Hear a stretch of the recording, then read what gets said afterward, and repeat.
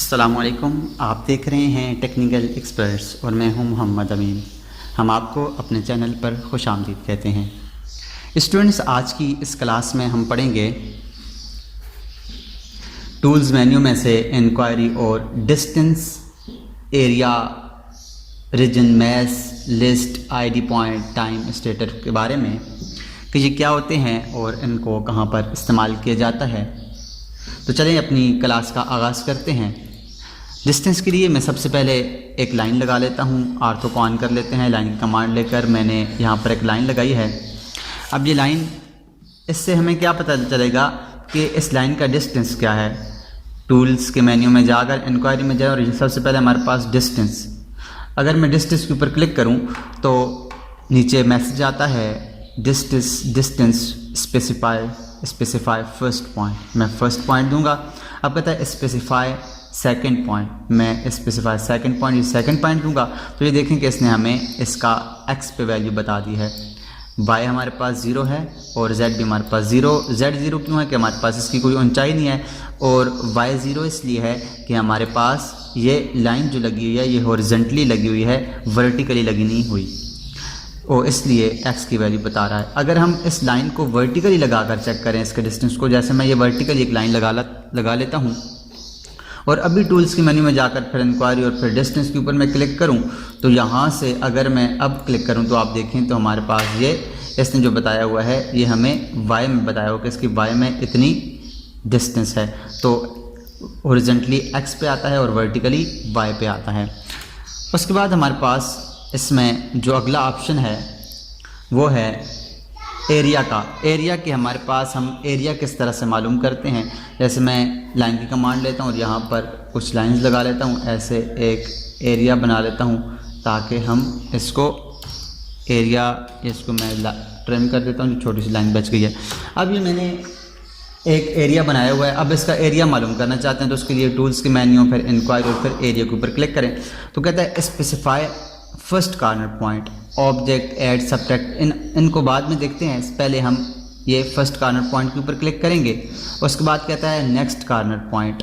अब next corner point करेंगे तो फिर कहता है are press enter for total. अब तीसरे के ऊपर क्लिक करें। जब आपको जितने पॉइंट्स आपको चाहिए उनके ऊपर क्लिक करते जाएंगे। जिस पॉइंट के ऊपर आपको आके एरिया ख़त्म करना है वहाँ पर आखिर पर ख़त्म करने के बाद एंटर का बटन दबाएंगे तो आपको उसका एरिया बता देगा कि इसका अंदर से एरिया कितना है। अब ये जो एरिया बता रहा है, अब जो हमारे पास यूनिट सेलेक्ट हुई है उस यूनिट में बता रहा है। अब मैं यूनिट में देखने के लिए हमारे पास कौन सी यूनिट है, यूनिट के लिए मैं UN लिख कर एंटर करता हूँ तो आप देखिए ये इंच है।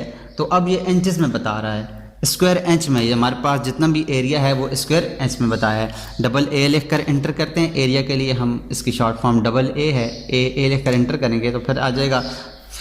अब specify first point, second point, third point, 4 point और इसके बाद 5 आखिर के ऊपर दोबारा से क्लिक करेंगे और फिर दबाएंगे एंटर।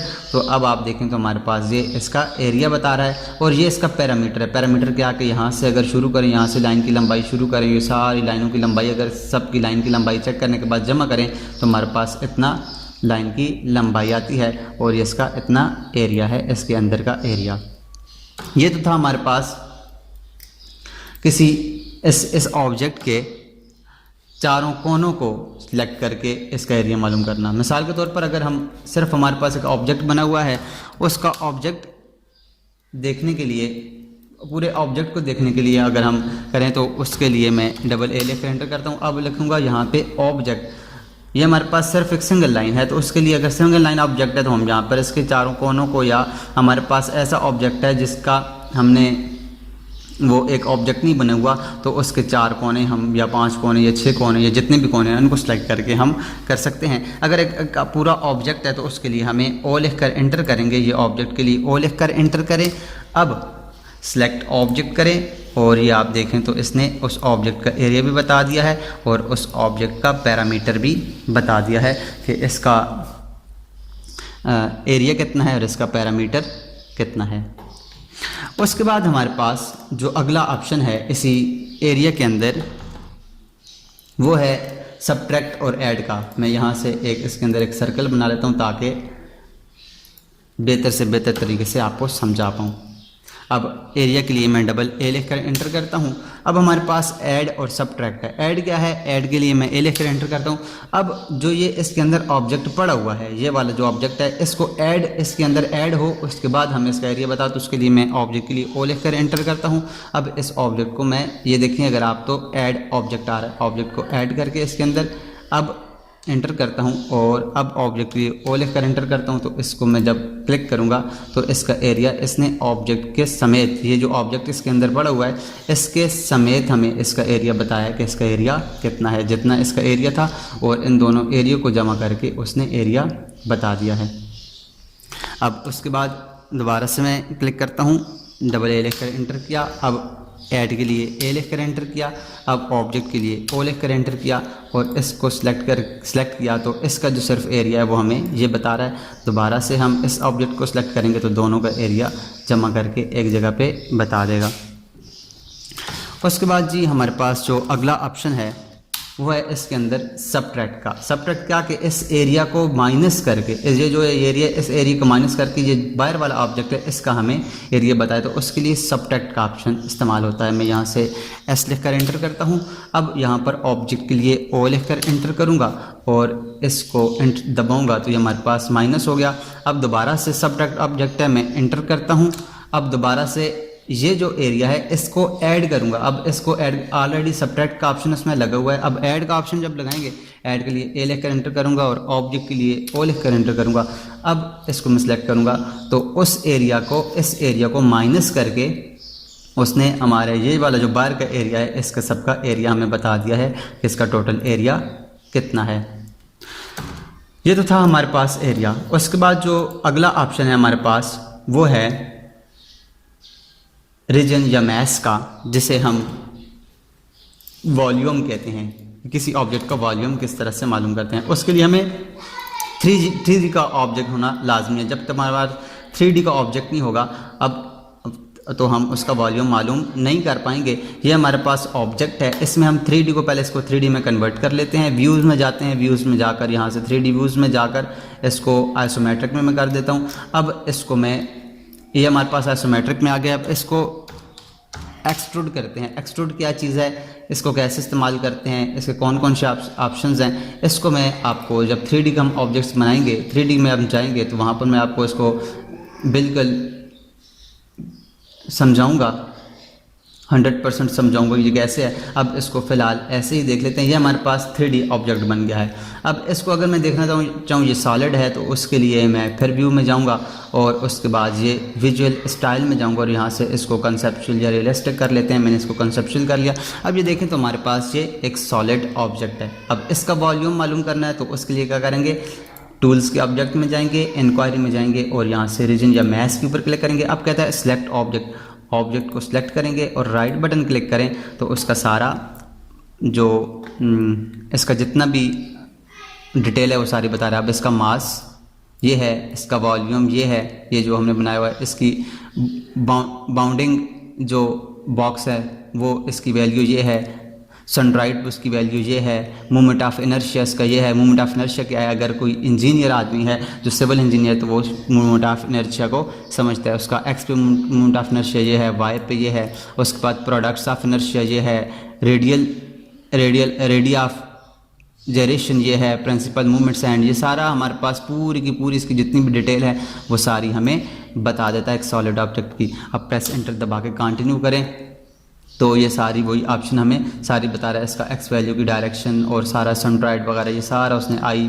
जे के एल ये सारा जितना जब हम इसको करते जाएंगे तो हमारे पास ये कर जाएगा। अब write the analysis to a file, अगर फाइल बनाना चाहते हैं तो वो आप यस लिख कर एंटर करें तो ये फाइल बन जाएगी। अब ये कहता है यहाँ पर कहीं पर भी इसकी फ़ाइल को, यहाँ पर मैं डेस्कटॉप के ऊपर सेव करूँ तो ये एक फ़ाइल इसकी सेव हो जाएगी। ये यहाँ पर अगर आप जाकर देखें तो ये देखें ड्राइंग के नाम से एक फ़ाइल सेव हो गई है। इसको हम यहाँ से यूज़ देख सकते हैं कि इसका क्या क्या ऑप्शंस हैं।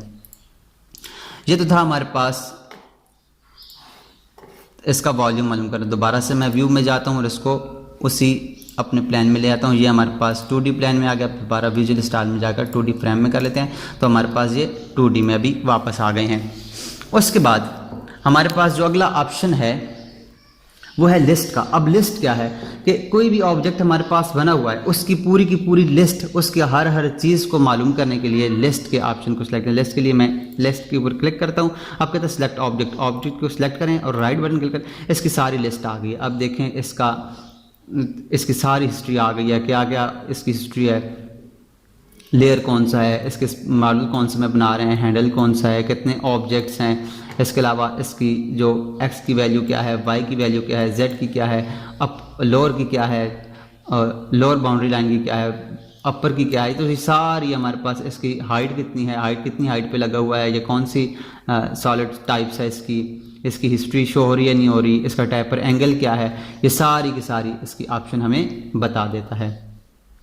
इसके लिए हम कमांड प्रॉम्प्ट पर LI अगर लिखकर एंटर करें तब भी हमारे पास ये लिस्ट की कमांड एक्टिव होती है। उसके ऊपर राइट बटन, इसको सिलेक्ट करके राइट बटन क्लिक करें तो हमारे पास इसकी सारी की सारी जो डिटेल्स है वो आ जाती है।